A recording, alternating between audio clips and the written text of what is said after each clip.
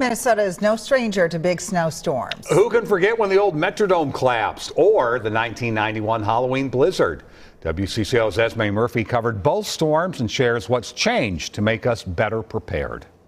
Seems like a nightmare to many adults in the metro area. Here I am 31 years ago, the morning after the Halloween blizzard. Now, a snow emergency is in effect for St. Paul.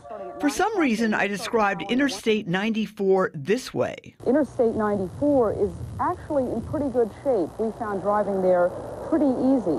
Right now, I would describe these shots of Interstate 94 as not looking good at all. It was another era. There were no cell phones, so people who were stuck couldn't call for help. Few people had four-wheel drives, so getting around was nearly impossible.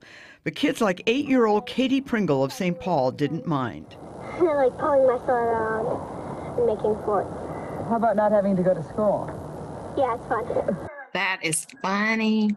31 years later, I found Katie Pringle Long, now a new mom and physician's assistant in Alabama. I remember that coat.